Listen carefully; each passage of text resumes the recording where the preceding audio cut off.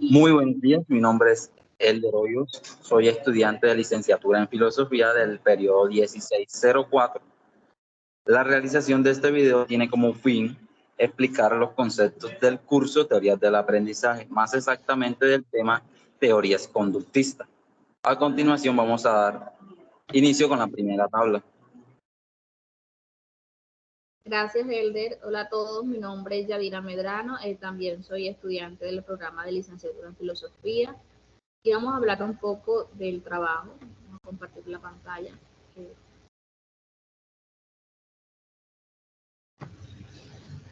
Estudio de teorías del aprendizaje, teoría conductista. En el primer cuadro encontramos las preguntas generales. ¿Cuáles son los autores más representativos de la perspectiva conductista? Citamos como autores como Skinner, que son pues autores abanderados de esta teoría, Watson, Pavlov. La segunda pregunta nos dice, ¿cómo se entiende el aprendizaje en las teorías conductistas? Reconocer que cada escolar sigue su propio ritmo de aprendizaje. Las contingencias varían de persona a persona, por lo que es fundamental centrarse en el aprendizaje individualizado. González 2004. ¿Cuál es el rol del estudiante en la concepción conductista? Aprender a través de los estímulos externos de lo que se hace rápidamente. El estudiante a través de sus sentidos de oír, de escuchar, de ver, de palpar. El aprendizaje se entiende como un cambio en la conducta. Skinner 1970. ¿Cuáles son las estrategias didácticas pedagógicas que se usan en el conductismo?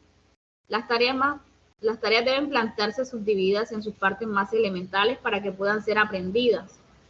El material a enseñar debe subdividirse en fragmentos que permitan aportar con más frecuencia y refuerzo al estudiante. ¿Cómo se evalúan los procesos de aprendizaje en las teorías conductistas?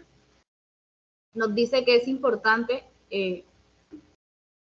buscar la objetividad, plantear una definición operativa de aprendizaje, es decir, formular los objetivos educativos en términos observables que deben ser ejecutados por los alumnos.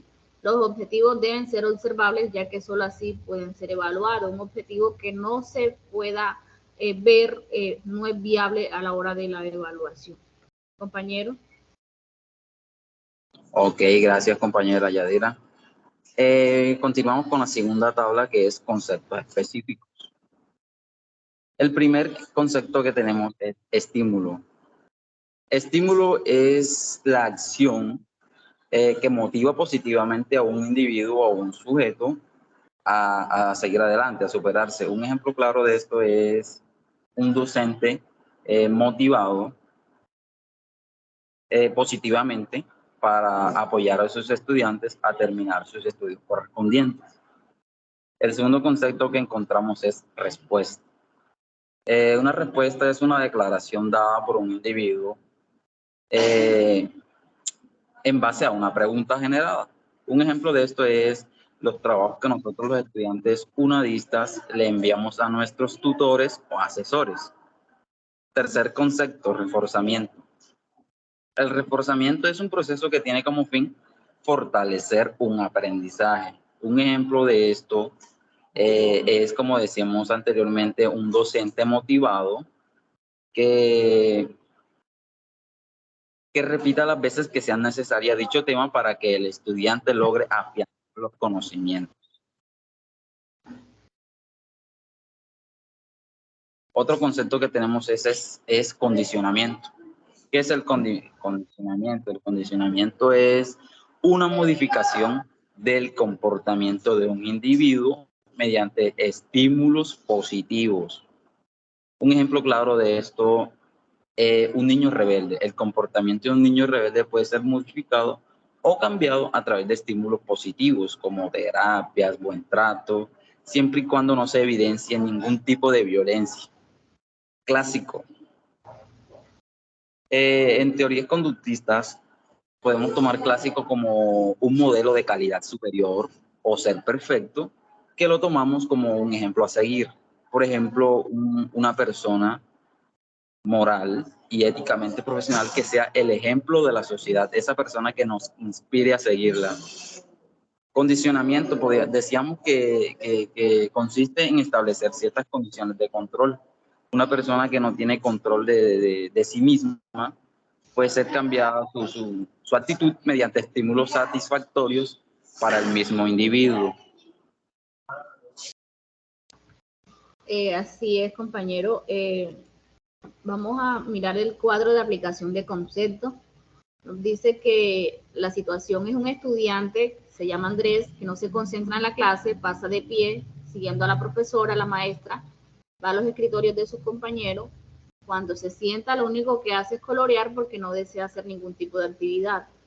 La estrategia de aprendizaje, concluimos que lo primero que debemos hacer es llegar a Andrés de forma amable, de forma cordial, porque así conocemos sus fortalezas, pero también sus debilidades. Con esa cercanía podemos llegar allá y decirle que se le permitirá colorear, pero solo después de tomar apunte y no ir a los escritorios de sus compañeros. Lograr una compañía, una cordialidad madre-docente, docente-madre-alumno, porque yo creo que desde esos entornos se puede lograr el moldeamiento. No solamente el maestro está presto para esto, sino que con pasos más integrales se puede conseguir. Aquí el ejemplo es muy puntual y dice, el moldeamiento es paso a paso, por eso se hará de la siguiente manera.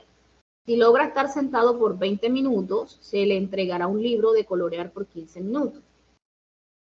Y luego dice, a los 2 días debe mantenerse 35 minutos y se le devolverá el libro.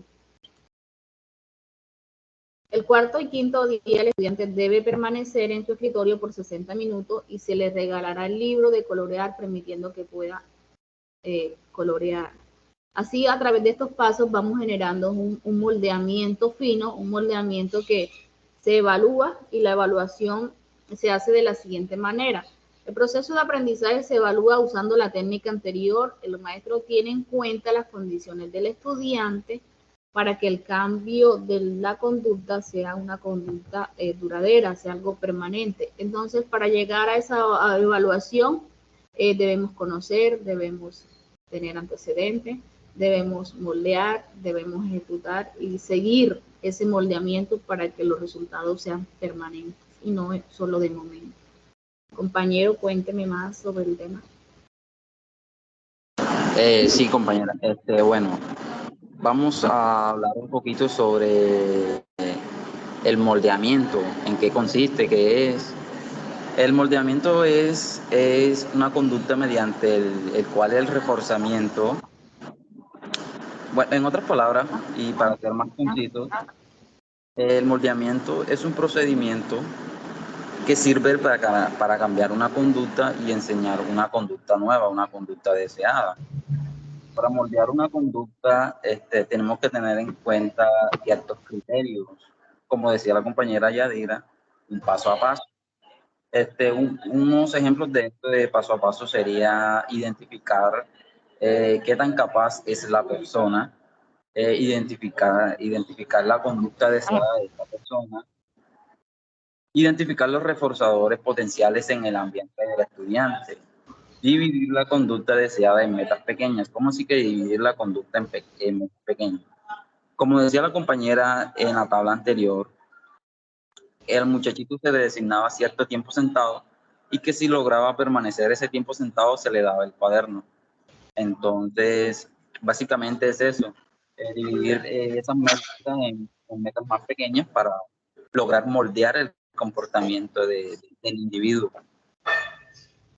Exactamente, porque yo creo que se deben aprovechar esas fortalezas, no reprimirlas, sino que a través de los estímulos se crean esas fortalezas y se puede mejorar la conducta del alumno, del estudiante. Porque precisamente el moldeamiento se da con pequeños esfuerzos de forma continua, de forma permanente. Y es ahí donde se presenta el verdadero moldeamiento y por ende el mejoramiento de la conducta.